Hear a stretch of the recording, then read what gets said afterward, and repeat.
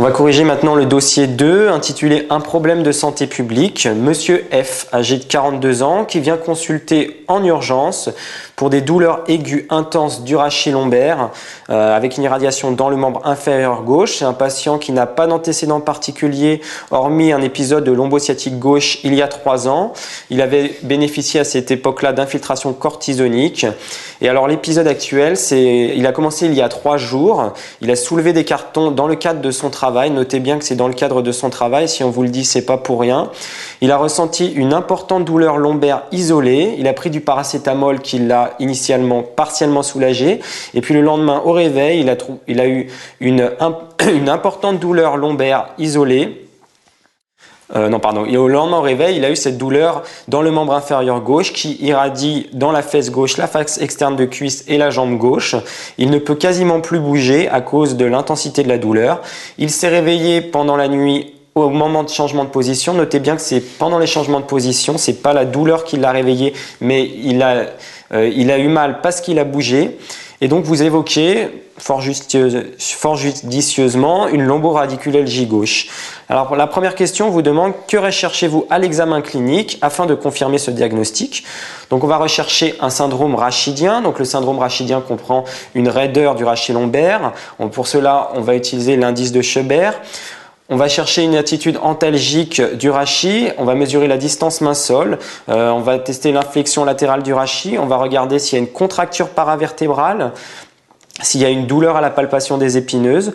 On va rechercher des signes orientant vers un conflit disco-radiculaire, donc un signe de Lassègue, qui soit le signe de Lassègue direct ou croisé. Alors pour vous, je vous dis que c'est le signe de Lassègue croisé qui est le plus spécifique dans la hernie discale. On va rechercher une impulsivité, notamment à la toux ou à la défécation.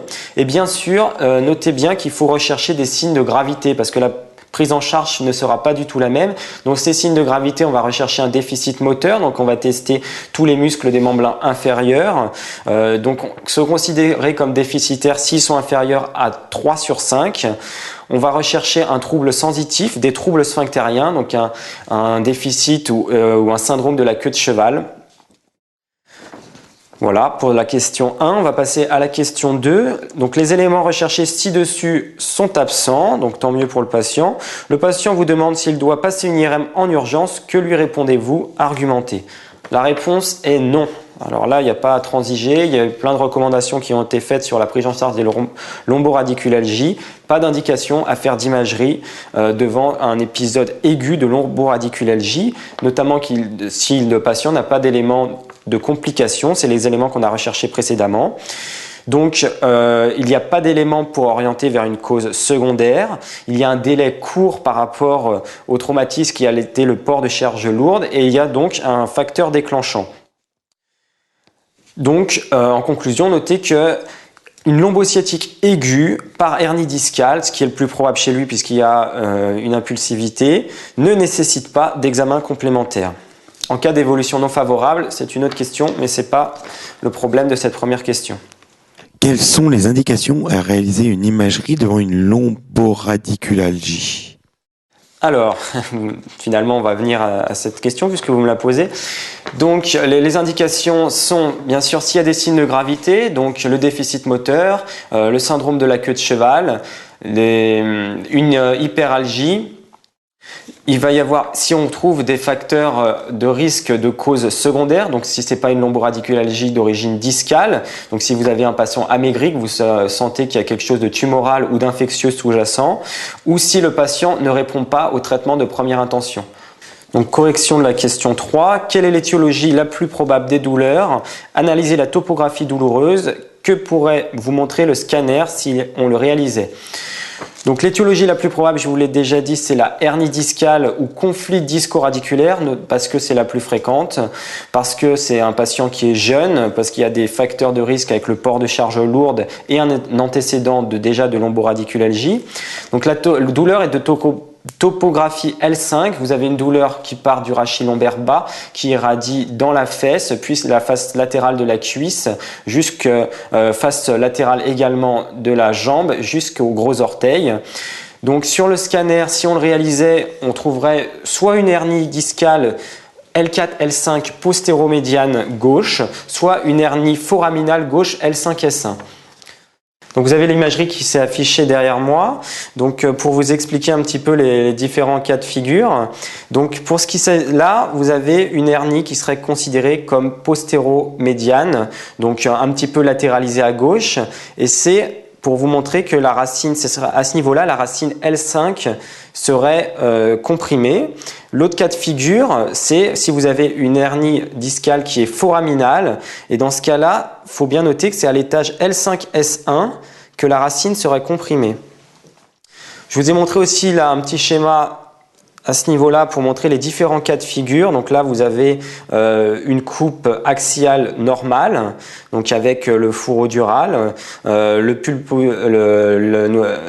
noyau gélatineux, pardon. Là, vous avez un cas qui montre un bombement discal. Donc là, on parlerait d'hernie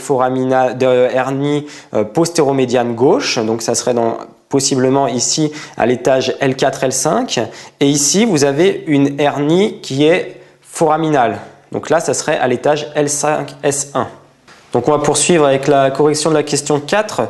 Quel traitement proposez-vous en première intention ? Donc en première intention, ça va être un traitement médical, bien sûr, conservateur et ambulatoire.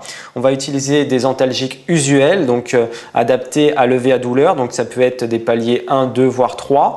On peut utiliser des antalgiques pour les douleurs neuropathiques. Le traitement va reposer sur des anti-inflammatoires non stéroïdiens, des myorelaxants. On pourra proposer des infiltrations cortisoniques épidurales ou foraminales radioguidées, donc ce qu'il avait déjà bénéficié la dernière fois. Notez bien qu'il n'y a pas de repos ordonné, qu'il faut conserver le maximum d'activité tolérable. Néanmoins, on peut proposer un arrêt de travail court chez ce patient et on pourra aussi lui proposer la réalisation d'un corset lombaire sur mesure ou l'apport d'une ceinture lombaire. Combien de temps doit durer le traitement par AINS ? Donc le traitement par AINS doit être le plus court possible. Dans les dernières recommandations, on dit qu'idéalement il doit être de 8 jours. En tout cas, il ne faut pas le prescrire pour plus de 10 jours. Et faut-il prescrire des IPP chez ce patient de 45 ans ? Alors non, ce patient n'a pas de facteur de risque, il n'a pas d'antécédent d'ulcère gastro-duodénal. Donc le premier élément, et c'est un patient qui est assez jeune puisqu'il a 42 ans, donc il a moins de 65 ans. Ici, on ne retient pas d'indication au traitement par IPP. Quelles sont les indications des infiltrations épidurales ? Donc les infiltrations épidurales peuvent être proposées dans un second temps, lorsqu'il y a des échecs des anti-inflammatoires non stéroïdiens. Pourquoi dans un second temps ? Parce que ça nécessite généralement des hospitalisations. Donc en premier lieu, vous proposez des anti-inflammatoires non stéroïdiens péros et après les corticoïdes donc par voie locale seront en seconde intention, si échec des AINS. Où se situe exactement l'espace épidural ? Alors pour ça, je vais vous réafficher l'imagerie que j'avais précédemment. C'est toujours plus facile d'expliquer avec un schéma. Donc l'espace épidural, c'est ce petit espace-là, c'est de la graisse en fait épidurale. Donc quand on fait une infiltration épidurale, on passe en interépineux. On a un ligament donc on a le ligament interépineux confranchi. C'est une première résistance que nous, quand on a l'habitude, on ressent. Et donc cet espace épidural, c'est cette graisse qu'on voit à ce niveau-là, juste en avant du fourreau dural. Question 5. Quels seront les principes du traitement par kinésithérapie ? Donc il faut détailler là qu'il y a 2 phases, montrer que vous avez bien compris. À la phase aiguë, il n'y a pas d'indication à une rééducation. Donc ça sera des massages à visée antalgique. On peut proposer de la physiothérapie. Il y a certaines équipes qui proposent de réaliser des tractions, mais c'est peu courant. Montrez bien aussi qu'à la phase à distance de l'épisode aigu, il faut un reconditionnement à l'effort, des techniques de renforcement musculaire du tronc, donc c'est les muscles abdominaux et les muscles spinaux, se reconstituer une véritable ceinture abdominale, surtout que les patients, quand ils ont porté leur corset, ont eu les muscles qui se sont distendus, donc sont encore plus à risque paradoxalement à faire des lombalgies. Et on leur demande d'avoir un apprentissage d'auto-exercice, des techniques de verrouillage lombaire, donc des techniques qui devront être notamment utilisées chez ce patient en cas de port de charge lourde. Une éducation, lui dire que lorsqu'il fait des travaux comme ça, il serait de bon ton de porter une ceinture de maintien lombaire. On va passer à la question 6. Monsieur F vous demande s'il peut bénéficier d'un arrêt de travail jusqu'au 6 janvier, car avec les fêtes, je ne vais pas pouvoir me reposer, dit-il. Quelles sont les règles de rédaction d'un certificat médical? Que répondez-vous aux patients?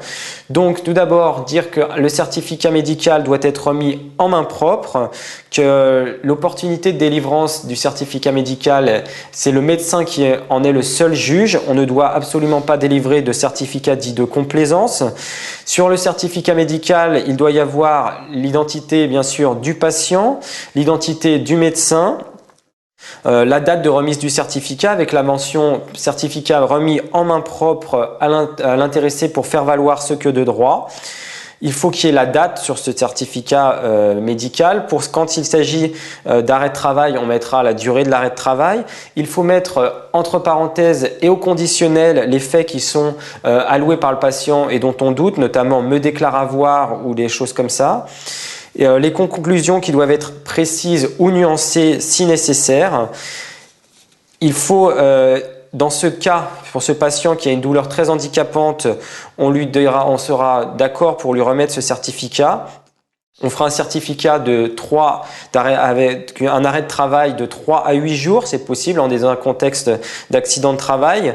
Donc comme je vous ai dit 8 jours, puisque c'est le traitement, généralement on propose des AINS pendant 8 jours, donc de toute façon il faudra réévaluer le patient. Et il faut expliquer au patient qu'en cas d'insuffisance de cet arrêt de travail, s'il a toujours mal, on va le réévaluer et qu'on pourra prolonger cet arrêt de travail. Et dans le cadre ici, on peut lui proposer également la déclaration d'un accident de travail. Donc on va corriger la question 7.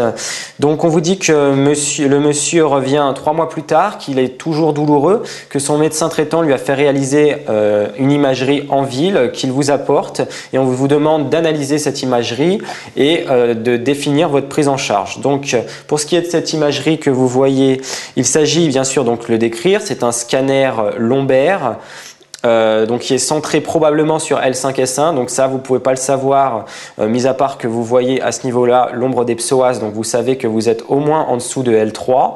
Donc c'est un scanner lombaire qui est en coupe axiale, donc du rachis lombaire en coupe axiale. Donc sur ce scanner, on voit à ce niveau-là une hernie discale donc qui est foraminale. Hein, si vous vous référez au schéma que je vous ai montré tout à l'heure, elle est foraminale, elle est à gauche.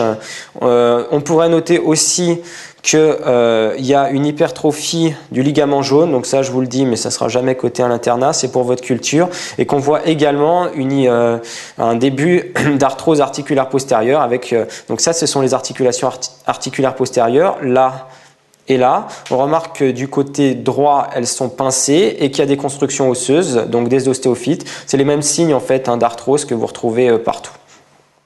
Pour ce qui est de la prise en charge, donc on est en échec d'un traitement par AINS. Donc on va proposer au patient un traitement chirurgical ou par nucléolyse.